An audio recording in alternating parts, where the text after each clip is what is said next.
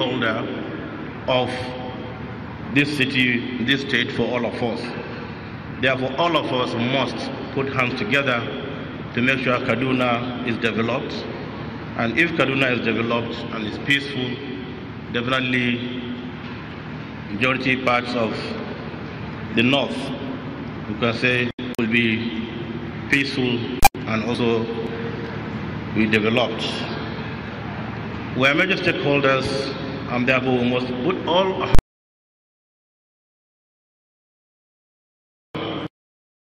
these projects come to reality. Therefore, thank the Governor for inviting us, and I would like to assure you we will continue to do our best to bring peace not only to Kaduna but to all parts of this country. This project must succeed. We don't have any second or any other option but to make sure this project the Governor is putting together for Kaduna State succeed. Why we say so? Because to reduce unemployment, to reduce criminal activities, and to bring in more and more people. But to get this together, there must be peace. Nobody will come to any place to invest when there is instability. Therefore, all of us must put politics aside, must come together, irrespective of the religious, political divide, irrespective of any ethnicity, put hands together and develop our areas. Our call is to our political leaders. Please put politics aside and take development of our people as the most important, because leaders are there placed by Almighty God to take care of the spiritual and temporal needs of the citizens.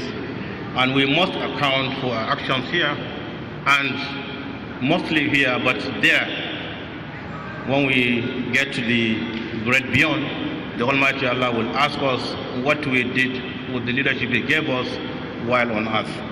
So let's do our own part here and then leave the rest to our Creator. Put politics aside.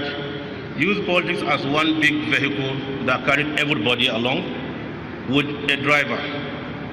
You get to your destination, that is the office you are looking for, maybe as a governor. When you get to that government house, throw the key away. No more politics. You are father to all, you are father of all, and bring all on board to succeed. That's the best way out for us, and that's the best way I believe not only Kaduna, all other governors must do if we want to succeed. Therefore, I would like to thank the governor for these wonderful ideas. These are ideas, but ideas can become realities if we are committed, if we are serious, if we have the fear of God, knowing that leadership is a trust from God. Therefore, I would like to commend the governor for this program. I've always talked about programs that will touch the lives of the common man in the villages, on the streets, pushing trucks, carrying water to sell to survive. One program that will touch the lives of these people, not program that will touch the lives of the elite alone. Therefore, our governors building airports worth billions of naira when our roads are impassable and death traps. Our governors building airports when we don't have functional clinics. Our governors building airports just for them to use for their private jets. These are unacceptable to people, and I want to assure our political leaders, when we advise them, we do so with the fear of Almighty Allah. Because if we don't advise them rightly, we will account for our own actions. So let's put the building of airports and other white elephant projects aside and face issues that will bring water, that will bring peace, that will bring food to the tables of the common man, that will make everybody go around freely without any fear of molestation or whatever. Therefore, let's do politics of development. Let's put politics aside and develop. Because I know very, very soon, 2019 is around the corner. We will use our votes to vote out those governors that refuse to work for us. And if you're thinking that it is far, it's not far. It's very, very around the corner. Therefore, my fellow citizens of the world, let's use our votes. For those governors that work for us, put them back. For those that have not worked for us, tell them to go back home and learn how to govern us better and try their luck next time. So thank you very much for the opportunity to give my goodwill message, and I wish you all the very best, and I pray by the time we come back here next year, we're only coming to tell stories of success, stories of development, stories that have touched lives of the common man that I'm so much concerned about, the common man that so much looked up to us for guidance, for spiritual guidance, and the common man that knows nobody but us. Thank you very much. Wassalamu alaikum wa rahmatullahi wa barakatuh.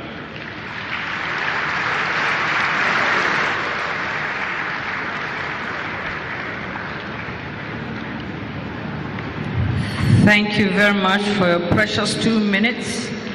His Eminence, the Sultan of Sokoto, Alhaji Sa'ad Abubakar III, who spoke as it is, because that is how it is, and that is how it is. Thank you very much, Your Eminence. Your Excellency, I want to acknowledge and let you know that we have the representative of the Governor of Ogun State here, in the person of Otumba Abimbola Ashiru, Honorable Commissioner, Ministry of Commerce and Industry. We also have Wahid Olagunju, the Acting Managing Director, Chief Executive Officer, Bank of Industry, Nigeria.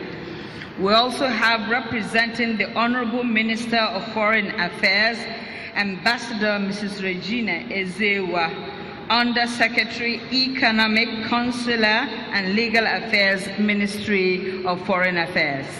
Your Excellency, we also have Amal Hassan, Chief Executive Officer, the Outsource Company, as well as Fatai Olari, Chief Executive Officer, Deloitte, Nigeria, Anthony Olukoju, COO, Deloitte, Nigeria. Your Excellencies, we are now proceeding for our second goodwill message. We are taking 3 now, and we'll take a break of taking the first. The second is coming from the look-alike of our governor, not in looks, but in thought and service to mankind, patriotism, and intellectual or intelligence. I'm talking about none other than the person whose name is synonymous with tourism development in Nigeria and in Africa, especially when you mention Tinapa. You are talking about none other than Mr. Donald Duke, former governor, Cross River State. 2 minutes, sir.